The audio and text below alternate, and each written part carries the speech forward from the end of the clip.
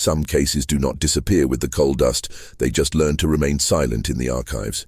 Anyone who opens the forgotten wooden boxes in the basement of the old Harlan County Courthouse today will find, among tax records and land disputes, a set of faded folders marked with almost faded ink.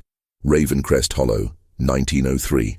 That is where the story officially begins of the 37 miners who followed the Ravencrest sisters to the mouth of the mine known as Iron Pit and never returned. Ravencrest Hollow, at the time, was nothing more than a valley nestled between damp hillsides on the rugged border between West Virginia and Kentucky. A cluster of smoke-darkened wooden houses, a small church made of light-colored boards, a general store that also served as a post office, a gathering place and a hub for rumors. Everything there revolved around a single fixed point. The dark, sloping entrance to the iron mine, dug into the hillside like a permanent mouth, spitting out men, sweat, and soot since the late 1880s. The company that ran the place left behind few sentimental records, just payrolls, supply contracts, and production reports. But among these cold papers, certain names appear repeatedly. Elias Harrow, a 28-year-old miner, married, 2 young children. Jonah Wilkes, single, known for playing the violin at the end of his shifts. Thomas Doyle, a widower who sent part of his salary to a sister in Ohio. The documents do not tell how they laughed, how they took off their hats when passing someone on the main street, or how their smell at the end of the day mixed coal, sweat, and the cheap soap used in the cold water buckets in the lodgings. These details only appear in testimonies collected much later, when absence was already the main character in the story. The Ravencrest sisters, on the other hand, appear very little in writing. In a 1900 census, they appear as Margaret Ravencrest, 32, and Evelyn Ravencrest, 29, both registered as without occupation. On a yellowed receipt, the general store notes the regular purchase of flour, salt, kerosene, and coarse fabric on their behalf. And in a single marginal note in a mine safety report, the foreman at the time writes in tight handwriting, "The sisters from the high house continue to use the hillside trail to collect scrap iron. Nothing noteworthy." Nothing noteworthy. It's the kind of phrase that years later sounds almost ironic. The Ravencrest house stood above the village, on a mound of dirt that dominated the view of the mine entrance. Witnesses always described the building in the same way, a narrow 2-story house with a long porch in front and a small barn in the back.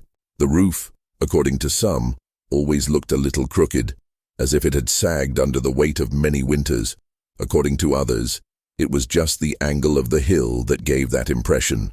The fact is that, from almost any point on the main street, it was possible to see the silhouette of the house outlined against the gray skies, especially in the late winter afternoons, when the sun set early behind the trees. The researcher who is now piecing together these fragments knows that the community viewed the sisters with a mixture of respect, curiosity, and distance.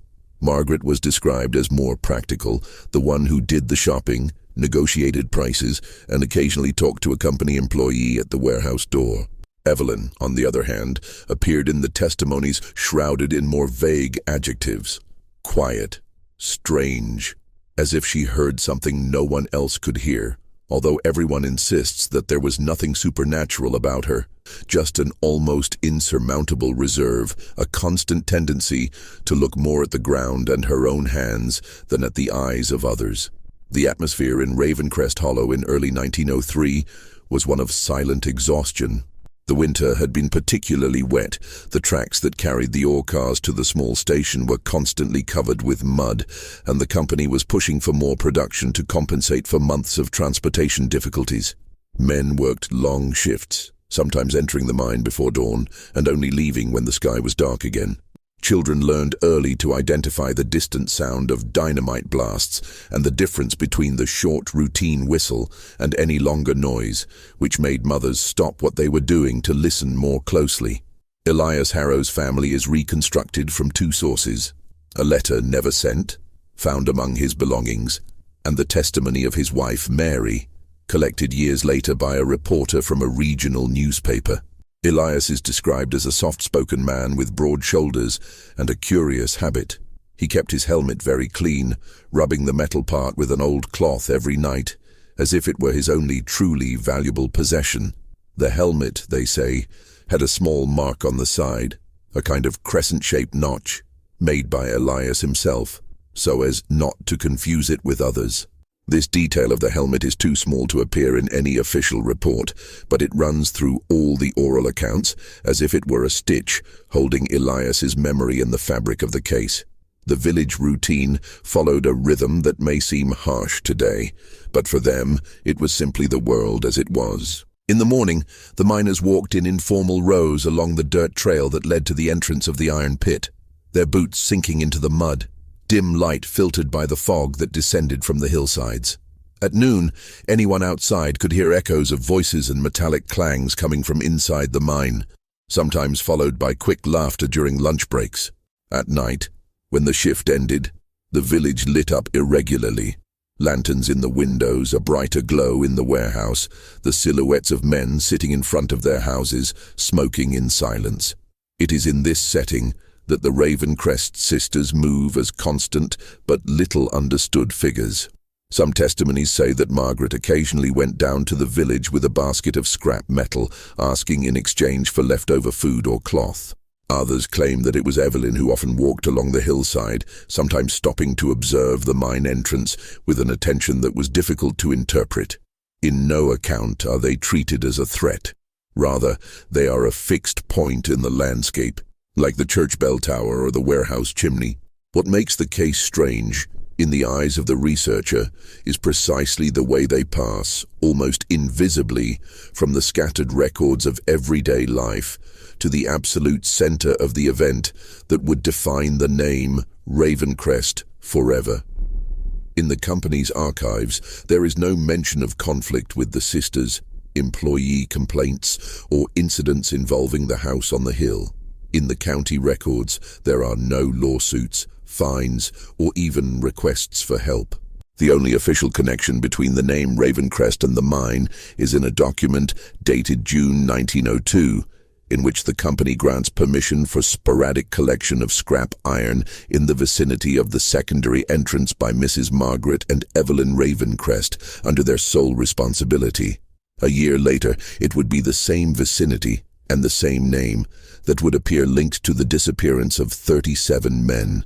The point where the mystery really begins, however, is not in these formal permissions, but in a brief, almost timid note in the margin of an investigation report dated October 1903, between paragraphs on soil conditions, tunnel stability, and production figures. An anonymous inspector wrote, in smaller print than the main text, "The helmets were found arranged in a perfect circle in the open area in front of the iron pit. According to statements, it was said that the men placed them there on the instructions of the Ravencrest sisters before entering." The sentence is underlined twice, as if at the time someone already knew that something did not fit there. There is no explanation alongside it, nor any continuation. Only the circle of helmets, of absent men, of questions. It is from this silent circle, drawn in helmets lined up in the dark mud that morning in 1903, that the story really begins to close in on Ravencrest Hollow. And it is also from this circle that the researcher, decades later, understands that everything that seemed to be just part of the landscape, the sisters on the hill, Evelyn's gaze at the mine entrance, Elias's care with his own helmet, was, in some way, moving toward a single point in time. A point where 37 men followed 2 women up the hillside, and left, as the only immediately visible mark, a perfect circle of helmets on the ground. And in the archives, the silence that follows that circle is as thick as the iron ore they descended every day to fetch. To understand how 37 men came to follow 2 women to the edge of a mine in absolute silence, one must go back a few weeks before the disappearance, when Ravencrest Hollow was still moving within its late winter routine, laden with a damp cold that seemed to rise from the ground rather than fall from the sky. Indirect records, consisting of letters, diary pages, and 2 testimonies collected decades later, allow us to reconstruct a daily life that, although hard, had a rhythm recognizable to all who lived under the influence of the iron pit. There was a time to wake up, to walk, to descend, to ascend, to eat, to be silent, to listen to the mine breathe, because the men, even if they didn't admit it, knew that it breathed, not as something alive, but as a structure that moved, creaked, groaned, and whose own life marked theirs. Elias Harrow, in his never-sent letter, describes that the new tunnels smell of wet earth and cold iron, as if they had never seen the light of day. He also reports that some miners complained of persistent chest pains in early 1903, attributed to dust that seemed finer than usual. The foreman noted in a loose note that the mountain's humidity was compromising the support wood. But none of this alone explained enough tension to turn the entire valley into a land of foreboding.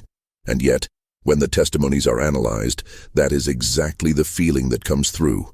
There are reports of minor incidents, tools that disappeared overnight and reappeared too clean, transport carts found misaligned in the morning, marks on the ground in areas not used by night shifts. These were not serious events, but they accumulated a quiet strangeness. People mentioned them in passing, as if they did not want to name them. It was during this period that the Ravencrest sisters began to be seen more frequently near the mine entrance. Margaret with her rigid posture and steady gait, Evelyn with hesitant steps, sometimes stopping to observe the slope as if calculating something invisible. Their presence, once sporadic, became almost daily. Some miners said that Evelyn seemed to be measuring distances with her gaze between the main entrance, the secondary trail, and the flat area where temporary wagons were left. Others claimed that she just walked aimlessly, carrying a piece of fabric rolled up in her hands. Mary Harrow, in her late testimony, recounted something she had not mentioned to anyone at the time. Evelyn Ravencrest looked at me once when I was coming back from the water well. It was quick, but it gave me the impression that she wanted to say something and couldn't. I can't explain it. It was as if she was keeping a message that wasn't hers. This type of observation, laden with subjectivity, rarely appears in official reports, but it appears strongly in later accounts when memories had already been crossed by the absence of the 37 men. Family life in the valley also began to suffer minor disruptions. Children reported hearing footsteps on the hillside at night, at times when no one was using the trail. 2 women said they saw dim lights near the Ravencrest barn, even though their house had no electricity. And Jonah Wilkes, the fiddler at the lodge, commented in a low voice, and only once according to witnesses, that the sisters seemed to know more about the mine than anyone else. None of this was solid enough to be considered a threat. Nothing was concrete, definitive, direct. It was an accumulation of vague noises, brief glances, discrete behaviors. The valley was small, however, and any change, no matter how small, ended up resonating in the collective memory. At the same time, inside the iron pit, the atmosphere was also beginning to change. Some galleries were temporarily closed for stabilization, forcing miners to take alternative routes. Sections that had previously been dry began to leak water through the rock, forming rivulets that ran across the floor. The sound of the explosions took longer to dissipate, and at certain points, according to the most experienced miners, there was an uncomfortable silence. Not the natural silence of the underground, but an absence of echo, as if the tunnel were absorbing rather than reflecting. These descriptions appear in scattered testimonies, sometimes in short sentences. The floor is too soft. The smell of rust is stronger. The light didn't reach the bottom. None of these impressions alone would support a suspicion. Taken together, however, they reveal a backdrop that was slowly closing in on the community in early 1903. Meanwhile, the Ravencrests continued their silent comings and goings up and down the hillside. Their house, always a little distant, began to be observed more closely. Some said they heard hammering coming from there late at night. Others claimed that Margaret carried small boxes from the barn into the house. None of this was confirmed. The researcher, in reviewing these reports, understands that such noises may have been just common echoes of rural life, but recognizes that the community, already tense, began to see causality where before there was only routine. The miner's routine, meanwhile, continued relentlessly. In the dormitory, Elias continued to clean his helmet every night, rubbing the crescent-shaped notch with the care of someone who knew that this gesture was, in some way, part of his very identity. Jonah tuned his violin, albeit less frequently. Thomas Doyle spent more time writing letters he never sent. Small changes, difficult to notice on a daily basis, but which gain weight with the passing of years. At the end of March, when the disappearance was already approaching the horizon without anyone noticing, a minor incident was recorded by the foreman. The door to the secondary entrance of the iron pit, used occasionally for ventilation, appeared unlocked in the morning. He noted that some worker must have forgotten to lock the bolt, but a belated testimony contradicts this explanation. A miner said he saw Evelyn Ravencrest near that same door the previous afternoon. Whether this was relevant or just a coincidence, no one knows. What is known is that, during that period, the Ravencrest's presence was increasingly encroaching on the mine's territory, while the mine, in turn, seemed to be increasingly invading the community's psychological territory. These movements, slow, silent, almost imperceptible, set the stage for what was to come. It was not a single event that triggered the disappearance of the 37 men, but a sequence of accumulated nuances, like fine dust settling on the same floor until it altered its texture. And when April arrived, accompanied by longer but no less heavy days, Ravencrest Hollow was already unwittingly moving toward the moment when routine, suspicion, and destiny would meet on the same hillside. The researcher identifies this meeting point as the beginning of the end, a silent threshold before which everything was still normal and after which nothing could be called normal anymore. And it is on this threshold, almost invisible, that the story begins to change direction. The day of the disappearance, April 17, 1903, is reconstructed today from fragments of testimonies, schedules jotted down on loose sheets of paper, and details that have survived more in oral memory than in any official document. What is known for certain is that there was a particularly thick fog that morning, descending from the hillsides like a heavy veil that made the village seem smaller, compressed within itself.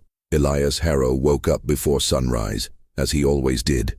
Mary, in her later account, recalls that he lingered a few seconds longer sitting on the edge of the bed, as if waiting for something to settle within him. Then he placed his helmet on his lap and ran his fingers over the crescent-shaped notch. That automatic, habitual gesture, but one that seemed to take longer that morning. Outside, the trail to the mine was damp, almost muddy. The footprints of the first men mingled with the wheel marks left by the wagons the night before. Witnesses say that Elias walked silently but with a determined pace, as if that day were just another day among many. Jonah Wilkes, a few steps behind, carried his violin wrapped in thick cloth. With no intention of playing it, he just always carried it with him, like a personal talisman. Thomas Doyle walked alone, further away from the group, frequently glancing up the hillside toward the Ravencrest house. It is at this point that the day begins to deviate from normality, at around 6:40 a.m. According to estimates, the Ravencrest sisters were seen on the secondary trail, not descending as usual, but waiting. One witness described Margaret as motionless, arms crossed, staring at the mine entrance with unusual determination, while Evelyn stood slightly turned to the side, observing something that the fog prevented her from seeing clearly. The miners slowed their pace. It was unusual to encounter the sisters so early, let alone in such an almost ceremonial stance. Some greeted them with a nod, others looked away. But when Elias approached, Margaret took a step forward, a gesture that seemed small, almost insignificant, but which would become central to later testimony. No one knows exactly what was said, or if anything was said at all. There are no records of conversation, only of a collective movement that is difficult to explain. Margaret is said to have pointed to the open area in front of the iron pit, a circular space, smoothed by the constant traffic of tools, coal bags, and wagons, and the men, one by one, began to move toward it, as if they understood that something needed to be done before the descent. Later, much later, when the inspector found the circle of perfectly aligned helmets, this gesture would gain the weight it lacked that morning. But at that moment, it seemed like just an unusual request, or for some, a legitimate, albeit silent instruction. Elias took off his helmet with both hands, hesitating for a second. Then he placed it on the ground, following the curve that the other men were forming. Jonah did the same, carefully setting down his violin before removing his helmet. Thomas watched the growing row, took a deep breath, and completed the circle. The sisters watched. Margaret was fixed, Evelyn restless, her fingers twisted into the fabric she carried. At 7:05 a.m., according to the foreman's watch, the mine whistle sounded, calling the shift down. And that was when the strangest, and also the most decisive sequence of events took place.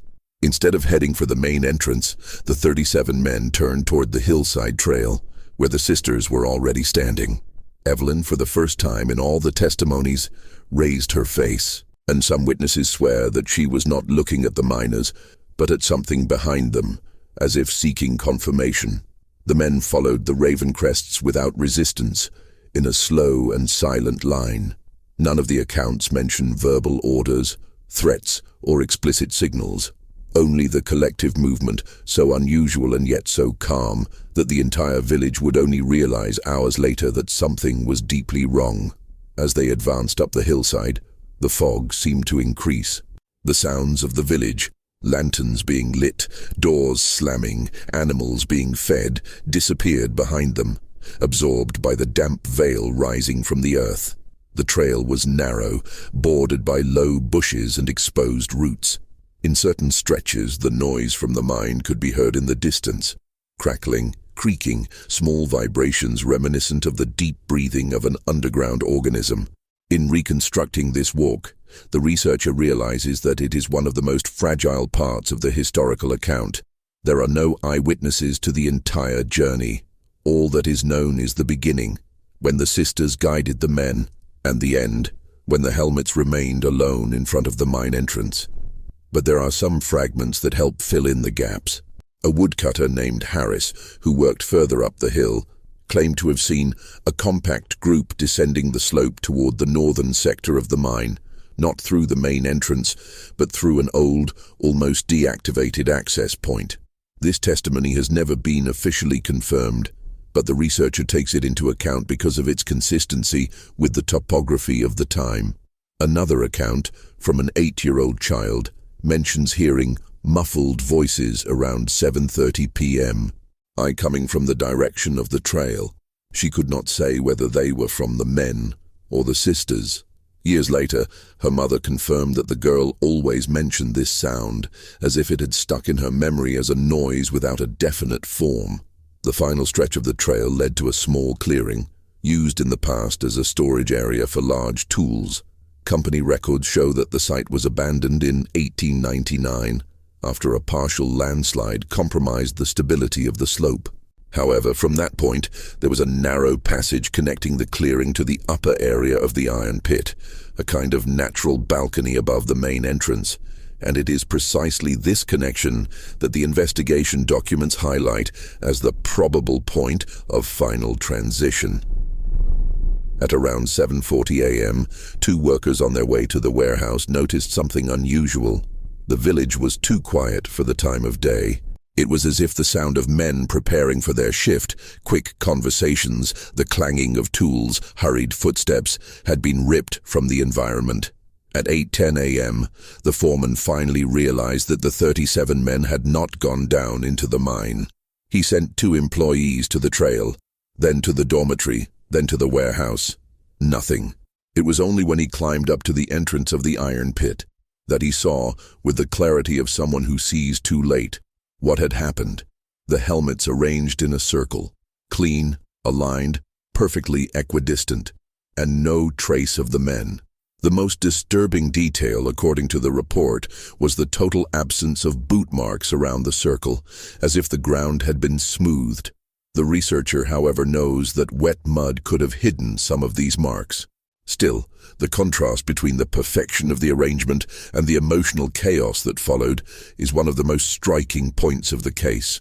Margaret and Evelyn were no longer on the hillside. When the foreman sent someone to check, their house was locked with the windows closed. Nothing was out of place. Nothing was broken. Nothing indicated any recent movement. The search began around 9:15 a.m., with men scattered across the hillside, calling out to their colleagues, searching clearings, checking old access points, knocking on doors. The sound of their cries rose up the mountain like a disorganized echo, unable to find a return. One of the workers, Isaac Turner, claimed to have found a handprint on the damp wall of the old mine passage. He couldn't tell if it was new or old. He only mentioned that there was too much moisture at that point, as if water had recently dripped down. By noon, dozens of people were already searching the area, but there were no traces, no abandoned tools, no fragments of clothing, only the circle of helmets, which now seemed to have become the only witness to what had happened between the morning fog and the afternoon silence. The researcher notes that the climax of the disappearance does not come from a sudden major event, but from a succession of accumulated absences. The silence in the village, the walk in the fog, the circle of helmets, the locked house, the absolute absence of signs of struggle. And then comes the last known detail, the one that serves as the closing of April 17th at 4:20 p.m. And when the sky was beginning to darken earlier than usual, one of the men searching the abandoned clearing found something stuck between two rocks. A piece of soft grey fabric, recognized as belonging to the cloth Evelyn Ravencrest had been carrying in her hands that morning. The investigation recorded the finding, but was unable to advance much beyond it. The fabric was clean, with no bloodstains or significant tears. It had simply been left there, or forgotten, as if it had slipped from her hand at some point along the trail. And it is with this small, almost insignificant fragment that the climax of the case ends. An empty circle on the ground, a piece of fabric on the hillside, and a silent space where 37 men had been, and from where they disappeared without return. When the afternoon of April 17th fell on Ravencrest Hollow, the village had already been transformed. What hours earlier had been merely an interrupted routine gradually became a heavy rumor, an atmosphere of unease that seemed to seep into the walls of the houses, the pores of the hillside, the damp air that hung over the mine. The disappearance of the 37 miners was no longer simply an absence. It had become a visible hole in the human landscape, something that everyone noticed but no one could immediately name. The initial reactions were chaotic. Women cried at their doorsteps, trying to understand why their husbands had not come down for their shift. Confused children followed the adults up the hill until they were restrained by neighbors. Older men organized search parties, still believing that the workers might have been diverted to some emergency repair in old mine accesses. The company sent 3 supervisors to check every tunnel, every side entrance, every underground storage room. But nothing, no sign of activity, no distant sounds, no indication that the miners had crossed any known section of the iron pit. The circle of helmets, however, remained there, intact, perfect, static, inexplicable. Decades later, the researcher reviews blurry photographs taken 2 days after the disappearance. In them, the circle seems even more disturbing in its simplicity. 37 helmets lined up with a precision that no miner would have had the time or reason to execute before a normal descent. The crescent-shaped notch in Elias Harrow's helmet appears distinguishable in one of the images, facing the interior of the circle, as if observing something that the documents never managed to record. Early in the evening, lanterns were lit and placed around the mine entrance. Men from different shifts, some from distant counties, helped lower cables, test shafts, and tap on rock walls for echoes. The silence that returned from the depths was complete, a heavy silence, without vibration, without life. Thomas Doyle used to say that the mine responded when someone called out, but that night, according to reports, it remained silent as a dead stone. Margaret and Evelyn Ravencrest immediately became the focus of all suspicion, not because there was concrete evidence against them, but because they had been the last known figures to be with the men that morning. When the door to the sisters' house was finally opened the next day, they found only a tidy, almost austere interior, a small table, chairs lined up, an unlit lamp, carefully stacked fabrics, an empty bucket. Nothing there seemed to indicate escape, struggle, or haste, but nothing clarified their whereabouts either. Evelyn's bed, according to the report, was perfectly made. Margaret's seemed to have been used recently. This contrast, however small, sparked intense debate among investigators at the time. Had Evelyn left before her sister? Was Margaret preparing for something that was never finished? No conclusion was unanimously accepted. On the third day, search teams found faint footprints in the upper area of the hillside, near the abandoned clearing. The ground, however, was damp enough to blur the outlines, making it impossible to determine how many people had passed through there. But one detail caught the researchers' attention decades later, a set of short, parallel marks, as if something heavy had been dragged, not for a long distance, but only a few meters. The report describes the fact in technical language, but without interpretation. Other testimonies from the time add important nuances. A worker named James O'Connell reported seeing, 2 days before the disappearance, faint lights near the secondary entrance to the mine. Lights that seemed to move irregularly, like lanterns held unsteadily. The foreman dismissed the information, claiming that no one had any reason to access that part of the mine at night. But the researcher, observing the patterns of the case, considers this detail relevant. It was a spot on the hillside that had been ignored for years, but which, during that period, kept reappearing repeatedly. The community reacted as isolated communities tend to react when faced with the inexplicable, with attempts at collective reconstruction of the lost meaning. Some believed that the men had followed the sisters for a legitimate reason, perhaps a warning, perhaps a request for help. Others maintained the idea that a promise, made days earlier, had led them up the hill. There is even a report that Evelyn had spoken briefly with one of the miners on the afternoon before the disappearance, mentioning something that couldn't wait. But this has never been confirmed. These are fragments, loose scraps, impossible to sew into a single narrative. The researcher finds, in the marginal notes of one of the investigators, an enigmatic phrase. There was no panic. There was no struggle. They went of their own free will. This sentence, taken in isolation, makes the absence even more profound. What kind of situation would lead 37 men, exhausted, hardened by work, accustomed to danger, to follow 2 silent women down an abandoned trail and disappear without a trace? The human revelation, albeit partial, appears in the analysis of the last statements of those who knew the miners. Mary Harrow, for example, said she believed that Elias had sensed something was wrong weeks before, not from his words, but from the look in his eyes as he cleaned his helmet. Jonah, according to a roommate, had been sleeping little, always waking up before the others, as if anticipating a call. Thomas Doyle had written in his last unsent letter that the mountain holds more than awe.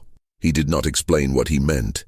These phrases, loose and laden with subjectivity, point not to a concrete revelation, but to a silent predisposition, a collective emotional state that may have brought the men of Ravencrest closer together, even before any explicit gesture.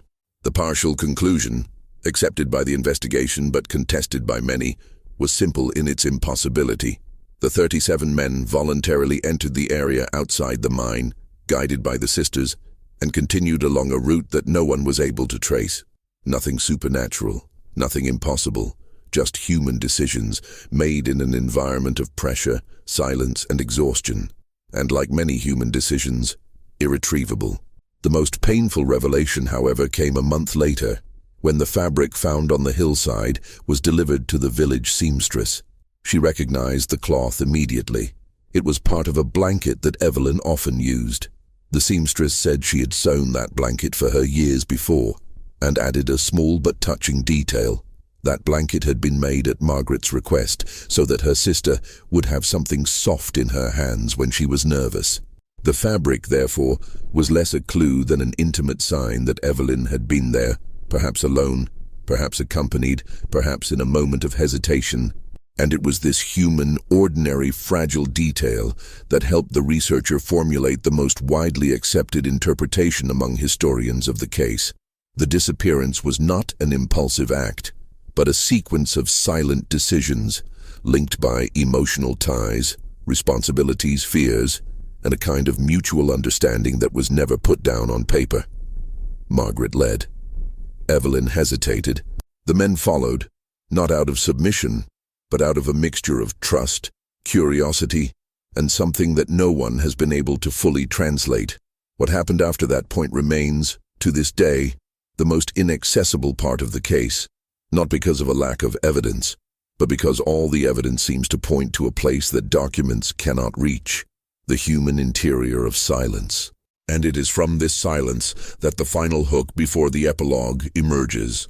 On the 20th day of the search, while dismantling a pile of rocks near the abandoned clearing, one of the volunteers found another forgotten piece, a corroded metal buckle, similar to those used on miners' belts. There was no name, no initials, just the irregular, cold, worn metal, and on the back of it, scratched with something sharp, a single curved line, the same crescent moon that Elias had marked on his own helmet. Sometimes the researcher closes the old Ravencrest Hollow files and stares into space for a few seconds, as if hoping that the silence of the documents themselves will fill in what is missing. It does not. The archives, despite being abundant in dates, times, signatures, and desperate attempts to reconstruct the impossible, remain incomplete, fractured, breathing through gaps. The disappearance of the 37 miners, guided by the Ravencrest sisters on that April morning in 1903, is not just an event.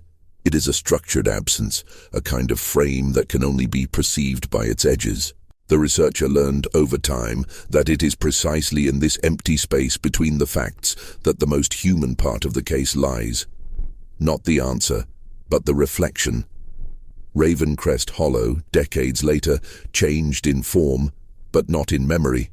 The valley lost its inhabitants. The train that once collected ore was decommissioned, and the company ceased operations. The church was renovated twice, the warehouse became a storage facility for agricultural tools, and the entrance to the iron pit was finally sealed in 1921 after successive collapses. Today, vegetation covers much of what was once the economic and emotional center of an entire community. But for those who research the case, the scene remains imbued with interrupted presences. The trail where the miners walked that morning still exists, though narrow and overgrown. The abandoned clearing remains there, silent, as if waiting for time to finally reveal what human searches have failed to uncover. And the Ravencrest house, or what's left of it, still casts a discreet shadow over the hillside. Rotten boards, windowless windows, a crooked roof holding more wind than structure. No traveler passing by would imagine that these ruins were once the scene of one of the most disturbing cases of the early 20th century, on the border between West Virginia and Kentucky. The researcher notes that, upon reviewing the testimonies, there is a kind of emotional pattern that repeats itself. The survivors of the case, wives, colleagues, neighbors, speak less about the disappearance itself, and more about the feeling of something unfinished. It is as if the miner's story had come close to an explanation, but had not crossed the line necessary to be complete. This impression is reinforced by the last note made in the official report, dated 1905, 2 years after the incident. The case remains open, not because there are new leads, but because there are no possible conclusions. There is, however, one point that the investigation was never able to officially document, but which the researcher over the years came to recognize as significant: the absence of conflict. There was no struggle, no rush, no sign of despair. The men left their helmets in a circle and followed the sisters with the calmness of those who respond to something they understand, even though the archives indicate that no one was later able to explain what it was. This disconcerting serenity is perhaps the most disturbing element of the entire case. In general, disappearances leave traces, marks, noises, objects abandoned in haste. Not here. Here, silence seems to have been the main agent. Not a supernatural silence, but human silence, the kind that arises from decisions made in whispers, exchanged glances, fears shared without words. The researcher, sitting in front of the records, understands that silence is not just what remains. It was also part of what happened. Over the past few years, he has visited the valley several times, trying to mentally reconstruct the miner's journey. He climbs the trail, observes the point where the fog settles most densely in front of the clearing where Evelyn's fabric was found. And whenever he reaches the plateau where the circle of helmets was first photographed, he is overcome by an indescribable feeling, a mixture of respect, discomfort, and inevitability. There, on that hardened ground, 37 men left the last concrete proof that they existed, their helmets lined up with a care that was not part of any of their routines. And at the same time, they also left behind a gesture that could never be fully interpreted. Some historians suggest that the miners, exhausted and emotionally stressed, followed the Ravencrests because they believed they offered some kind of practical guidance, perhaps about mind conditions, perhaps about imminent risks. Others argue that a combination of trust, rural superstition, and psychological exhaustion may have created a kind of silent obedience. Still others see the disappearance as merely a tragic convergence of circumstances, unstable ground, unfamiliar tunnels, miscalculated decisions. None of these explanations, however, survives intact under the weight of the circle of helmets. The researcher humbly acknowledges that perhaps no complete answer exists. Perhaps the Ravencrest case is less about what happened and more about how absence shapes memory, how a community tries to fill, with imprecise words and belated gestures, the space left by those who did not return. The final question, why did they go, remains open, not for lack of trying, but because all attempts seem to dissolve at the same point. The silence of the trail, the fabric on the hillside, the half-moon on the buckle found among the rocks. Some disappearances are not resolved. They continue, not as mysteries to be deciphered, but as stories that never come to an end. Today, as he finishes another reading of the old files, the researcher realizes that the case of the Ravencrest Hollow miners is not just a historical investigation. It is a reminder of how humans can disappear without a sound, without an explanation, without even a last comprehensible gesture. And before putting the documents away, he writes a sentence in his own notebook that he does not intend to publish, just to record, so that the silence is not absolute. Some circles never close. And then he closes the files, and the valley remains quiet, and the narrative ends where it always was, on the invisible edge between what is known and what has been lost.